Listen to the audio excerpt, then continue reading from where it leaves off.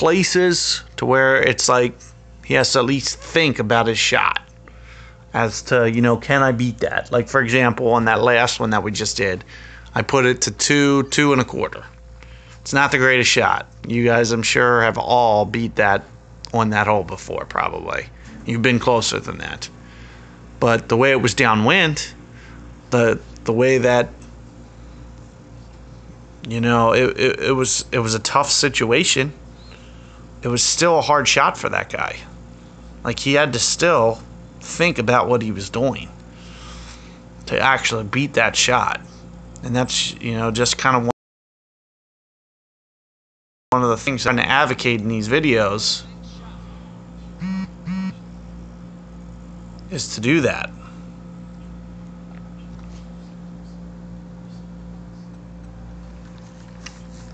Always put it in spots, especially if you're going first. Now, I know I had misfortune. The very first tiebreaker, if you remember that one, it was on this course. And it was that difficult hole where when the wind's in the face, sometimes you have to hit driver. But it was the original hole from this course. And the execution of my shot was really good. So I highly recommend you. Oh, and one of the things I wanted to make a note, I didn't mention it when we were playing it. You're seeing me curl it as opposed to playing it more aggressively to the left. It's because the fairway bounce is consistent where I'm aiming. So that's why you're seeing me aim it to the right and curling it, as opposed to kind of the way that the shot looks like the shot trail will be on point. You're seeing me go to the right of it intentionally. I'm doing it and curling it back because it hops very consistently. I want to emulate that hop that makes it go towards the hole, because that's the goal, is to make the shot, or at least put it very close at the very worst. So that's kind of what you're seeing there. So let's see if I can't do this. I think, oh yeah, I'm right towards min club. So that comes into play. I think this play is about 2.25. Now I'm going to add extra because, like I said, straight into the wind. Straight into the wind. So I'm going to go at least, and plus, you know, the extra shot correction on top of that. I probably went 7-ish rings here. Let's see if I can't.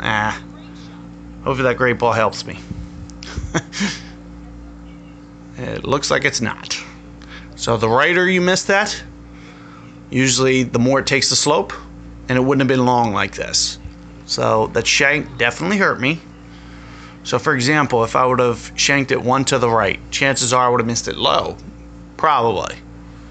Because it would have hit more slope, and it wouldn't have rolled out as much on, you know, second, third, fourth, fifth bounce before it ultimately came to a rest. It would have took more slope and it would have been short of the hole. So always keep that in mind.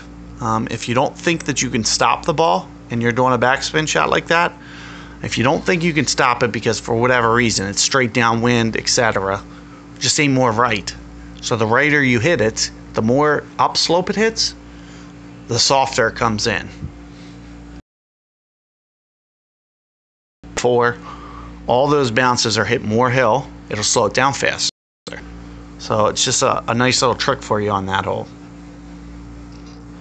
I'm definitely glad we're getting this one, because I definitely wanted to give you guys some more content on this, especially since I don't have snipers. So 100% certainty, sniper is the better club here. No questions. I'm not even going to try to refute that fact. There's no question about it. This is a great club for this hole. Now, with that being said, if I can hit perfect ball here, I feel confident that I can beat snipers. I'm very confident that I can beat this guy's shot. All I have now, what I have to do more than anything is avoid that great ball. Well, this guy hits a great ball, he misses by a yard. In fact, it enhanced his shot. He was going to be way left of that. He was going to be at least another yard on top of that, probably 1.25 yards. So he basically just brought his shot inside of 2 yards because of that. Now, what you'll see me usually do here is I'll add driver. I think with driver I can go full, no issues. Problem is, I'm trying to beat driver with Thor. Or I'm trying to beat sniper with Thor. So obviously, I mean, you guys know, like, we're not naive here. Like, this is going to end poorly. On law of averages, you know, I'm in trouble. So look at where I'm kind of pointing it.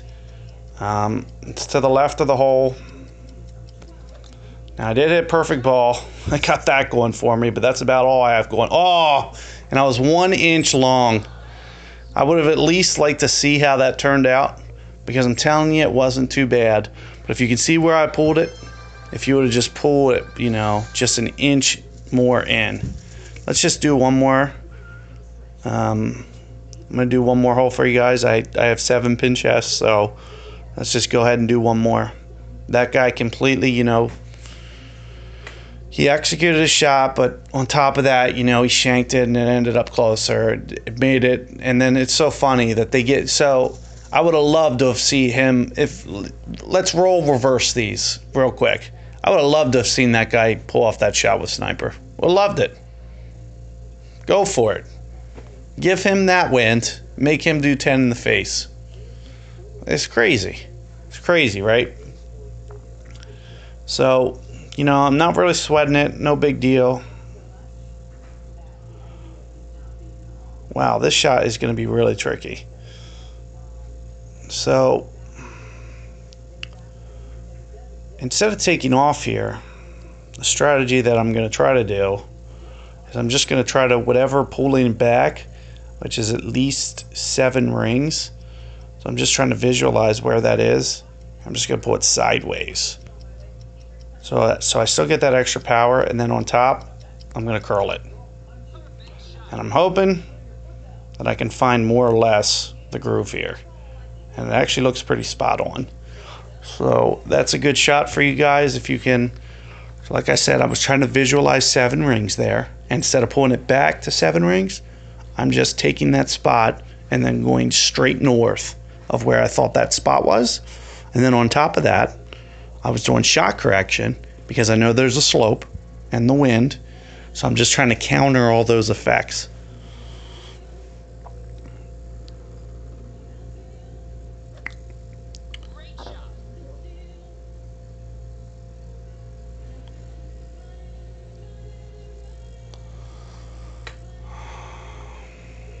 So he could be in trouble. Not necessarily, though. It's all dependent upon where they set you, but it might not even be whether or not he's in trouble. So ideally here, I hold this out. He has to hold his out. So let's not jump to conclusions here. As you see, I'm kind of towards the short end. When I'm towards the short end of the club here, I like to play about 3 something. I definitely am going to play 3 something per ring. I don't really know what. So at this point, it's a total guess for me. So maybe 2 something rings. So you'll see me push this in somewhere into the blue up there. Perfect ball. And it's too much. It's almost too much by a ring. It means 3 something was probably more like, no, it couldn't have been 4. Couldn't have been 4 per ring. It's almost impossible. So maybe it was played maybe like 3.8, 3.9 per ring, to where I needed to go 1.8 rings, for example, or 1.9 rings.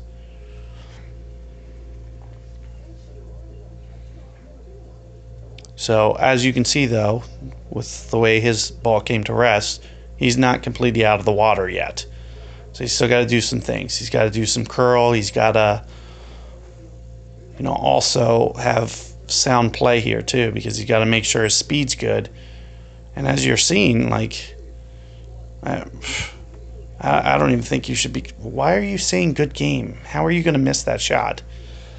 This is the stuff that drives me crazy about guys, is they say all this crap, and it's just utter nonsense. Just play the game. Like, the game's not over. If you miss this shot, like, I'd be extremely disappointed in your play. There's no reason, especially with Rapier 6. Like, how are you going to miss this? Seriously, you just put a right edge, it's in the cup. But anyway. Oh my God. What was that? Yeah, that's the wow. That's the point that you should be at Bruce Shank, and it still barely was enough to make it miss. So it's crazy. I mean, as you can see, that's one of my biggest pet peeves is, you know, guys that essentially, I don't know, I feel like they're just like psyching out their opponent kind of, but it's just like, why? It's like you're giving up basically when you make comments like that. Good game. The game's not over. Why are you saying good game to me? We're not done yet. You haven't even missed the shot. And then here's the kicker is, you know, 70%, 80% of the time, the guy still makes the shot after he says good game because it's not that hard. So it's just like, it's just one of those things that just kind of really get up under me. It's like, seriously, if you want to say good game, say it after the game.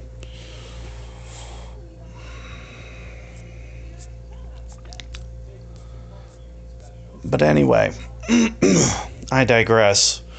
I have Nirvana. It's about to go up. Pretty psyched about that. All the help I can get on that club. You know, as you're seeing, I mean, you just saw me completely thorn for whatever reason. I feel like the shot wasn't that bad. Like, I feel like I didn't overplay it by that much. But you're seeing even I make, you know, mental corrections for whatever reason. Like, I'll just completely butcher a shot. The first thing you're seeing me do is, you know, I'm going to min distance. And I'm just saying, oh, well, my min distance for this club, well, it's about pretty spot on, 4 rings per. Let me show you the accuracy number. So my thorn is at 50%. So max distance is basically 2 rings per. 75%, 3 rings per. Min distance, 4 rings per. This is pretty spot on here. The fact that I had a power ball and wasn't at min distance, it just seems fishy to me that, well, it's probably playing like I mentioned, probably like 3.8, 3.9, somewhere in that range. It just seems kind of fishy to me that it wasn't playing more like 3.6, 3.5 even. Because I wasn't right there on the very shortest, but it just shows you when you're right there towards min distance, even if you're at 60%. So min distance is considered like 50% club, I think. So even if you're at 60% club, you're just noticing that not a lot changes. I mean, that's one of the things that you can take away from what I just did there, is the difference between 50 and 60% club there was very minute. It isn't until you get a little bit past that the trajectory starts really changing to where it'll come in a bit higher, the wind gets it more, and you'll see those wind adjustments increasing at a much faster rate.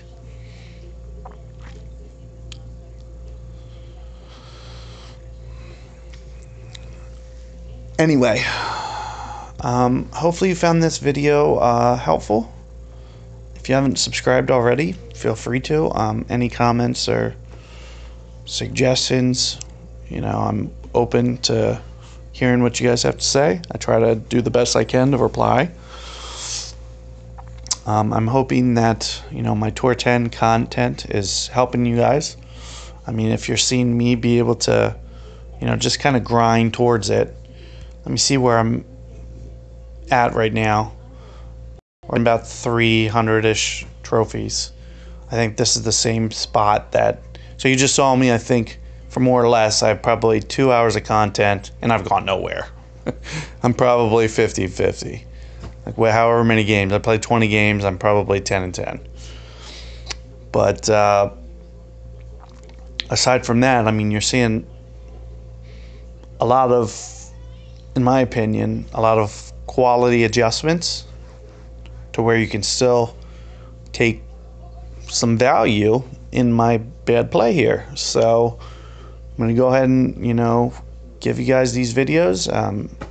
I'm hoping, I'm assuming first off your bag, if you're in Tour 10, your bag isn't as bad as mine. So you already got that going for you.